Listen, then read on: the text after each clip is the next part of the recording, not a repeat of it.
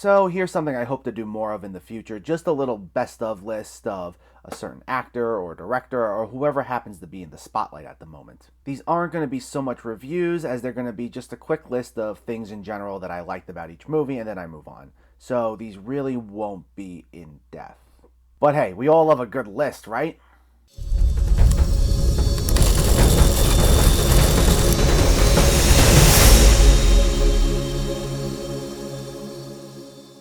When I think of great physical comedians, Jim Carrey's a name that immediately comes to mind. I grew up while he was at the height of his popularity. I unfortunately missed out on In Living Color other than seeing some sketches much later on. But I grew up when movies like The Mask and Dumb and Dumber were big, and they were always a blast to watch. Jim Carrey's movies were unique because while they were filled with over-the-top physical performances and silly jokes, there was always something unique and creative about each of them, and you can always feel him giving his all each time. He soon ventured into dramatic territory, and while I'm sure there was some skepticism at the time, it turned out he's just as great as handling dramatic material as he is comedic material. However, he still does take on roles that are similar to his earlier performances, such as his newest release, Sonic the Hedgehog, and if there's one thing movies like that proved, it's that when it comes to physical humor, after all these years, he's still got it. So, to coincide with Sonic's release, I'd like to take a look back at 10 of Jim Carrey's best movies. And given this guy's eclectic output, this is going to be some list.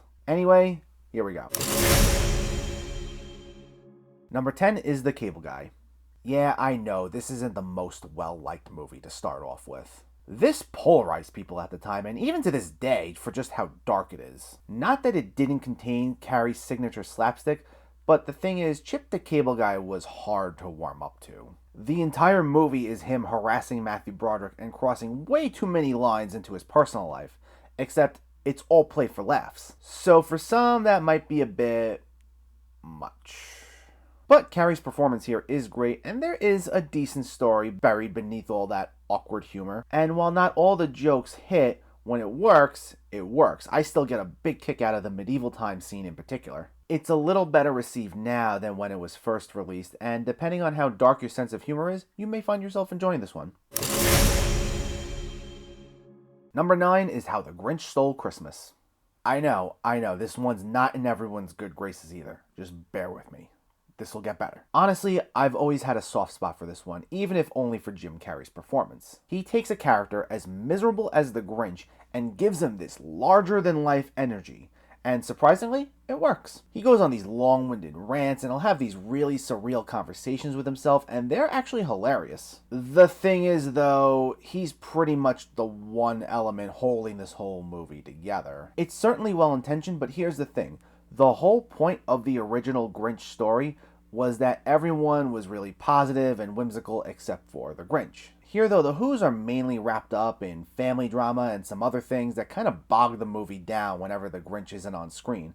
And even when the Grinch is on screen, some of them are just mean to him. So not only does this not capture the spirit of Dr. Seuss's original story, at least not completely, but even when you don't compare it to the source material, even on its own, it's a little mean. That being said, it does have its charming moments, and Carrey's performance is so strong and so committed that I can enjoy it when I do watch it again, even if it's far from perfect.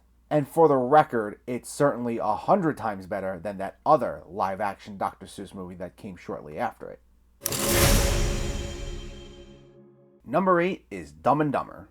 I know you were expecting this one to probably be higher. I know a lot of people consider this to be top-tier Jim Carrey, and don't get me wrong, it's fun.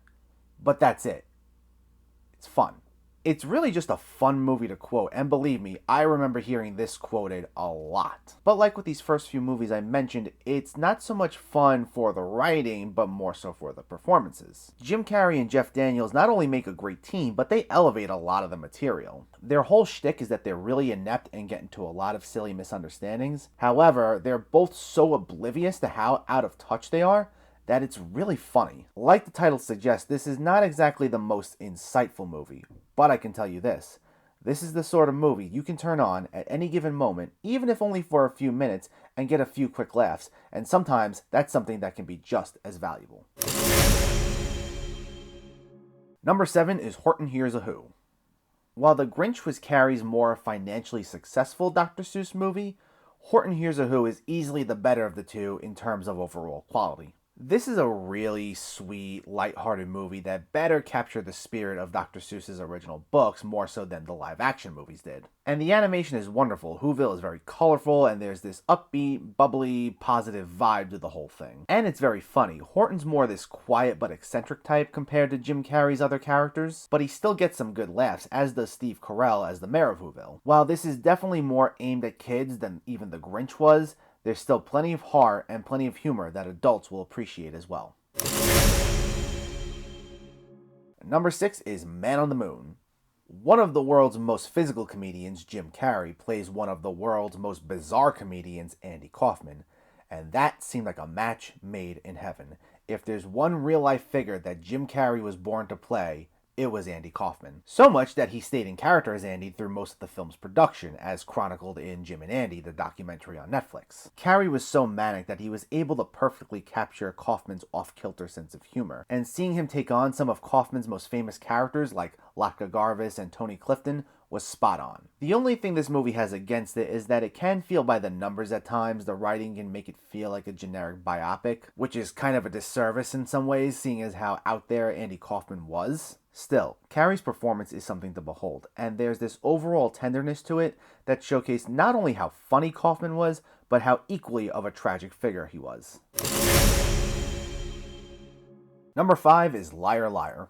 Hey, so a guy can't tell a lie for a day, and it leads to a bunch of awkward situations. Hilarious, right? Well, actually, yeah. Despite its one-note plot, this is actually a lot of fun. Jim Carrey can't tell a lie, and it pains him so much to have to tell the truth that it leads to a lot of great jokes where he has to struggle with himself, to the point where he's literally throwing himself around like a rag doll repeatedly. The physical jokes are on point, as is a lot of the film's insult humor, and it even manages to be really sweet as well. It has a really well-intentioned message about the importance of family, and while that message can make the movie feel a bit sappy at times, there's enough heart, enough charm, and plenty of Jim Carrey to make this a great time. Number 4 is I Love You, Philip Morris. Guaranteed, of all the movies on this list, this is the one you probably did not see. But if you did, great, this is a hidden gem. Based on a true story, this sees Carrey as a con man who goes to prison, falls in love with another inmate, and goes through some truly ridiculous lengths for them to stay together. This was a rare type of role for Carrey because while Stephen J. Russell, our protagonist, was a lot more nuanced than the other characters that Carrey was known for, especially since we get into his head a lot, he's also a con man who would really put on some ridiculous facades, so this still allowed Carrey to lean into his wild side and play up the style of humor that he became known for. This blended a few different tones in, from really dark, to really sweet, to really over the top. And while this sounds like a lot, it would lead to an engaging story and overall one of Jim Carrey's most underrated movies. Number 3 is The Mask. I love this movie. This is the first movie I saw with Jim Carrey, and I still get a kick out of it to this day. The story is by no means deep, but it is consistently hilarious. While Carrey plays it mostly straightforward as lead man Stanley Ipkiss, when he puts the mask on, he does not sit still even for a moment. And while he's at it, he makes so many wisecracks and one-liners with his big grin on his face and his ridiculously hammy delivery that I just can't help but laugh each time. And I don't know if this is something that's ever been brought up before, but one thing that I've always appreciated about this, more so than Carrey's other comedies, is the visual aesthetic. This is definitely more visually pleasing than your average comedy, and I think that makes up for what it lacks in story. Between the cartoonish faces that Carrey makes when he has the mask on, to the costume design that gives it this old throwback feel to 1930s gangster movies, everything just feels unique and there's always something that stands out about it. All that lumped together, this is still one of my favorite comedies to this day and showcases Jim Carrey at his most insane. Number 2 is The Truman Show. You would think this movie about a guy whose entire life was a TV show would be this really off-the-wall, zany comedy filled with wacky hijinks. But while The Truman Show is funny, it actually takes an overall much more subtle approach to its material. It makes Truman a much more tragic and relatable figure than just this guy who's the butt of the whole world's joke. This was the first time Carrey went for something much more serious, and his performance was truly wonderful. It's actually a shame he didn't get a Best Actor nomination for this. And besides Carrey, the film's writing is top-notch, touching upon a lot of themes, most notably the world's obsession with celebrity culture and reality TV, and the way some of these figures can be treated like gods. And it's social commentary that rings true to this day, probably even more so now that social media has added to a lot of that. So this was definitely a movie that was ahead of its time, and at this point you can even say it was timeless. And at number 1, it's Eternal Sunshine of the Spotless Mind. This movie is beautiful. While The Mask is Carrey at his craziest, this is Carrey at his most restrained and at his most vulnerable. Gone is that wild, over-the-top Carrey who would make silly noises and weird faces, and instead we get someone whose energy is much more raw and controlled. This is another movie that Carrey should have been nominated for Best Actor and didn't get it. Although, besides his performance, everyone else here was really wonderful, in particular Kate Winslet and Kirsten Dunst. And it can be visually stunning. The scenes inside Joel's mind were often bizarre, colorful, and at times really funny.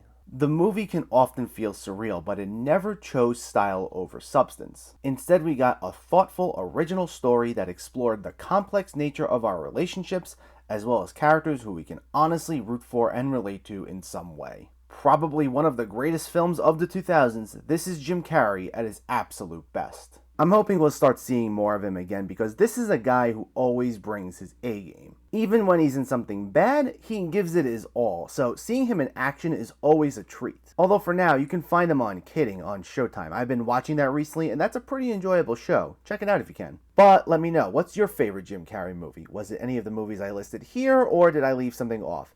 And would you rather see him continue to take on more serious roles, or would you rather him go back to movies like The Mask and Dumb and Dumber?